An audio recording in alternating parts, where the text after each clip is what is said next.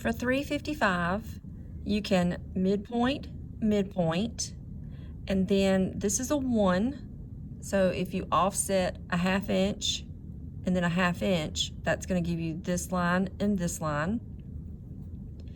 Offset 1 1/4, 1 1/4, offset 2 and 2. That's going to give you the outside edges. Offset up and down 2 1/4, and that will give you the top and the bottom.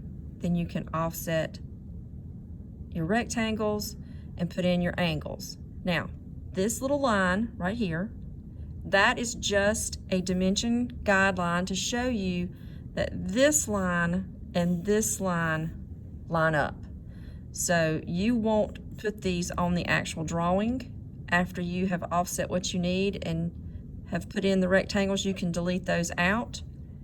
And then this angle, when you have your center line through the middle, at that intersection, let your polar grab at 30 degrees and put in the angles at all sides.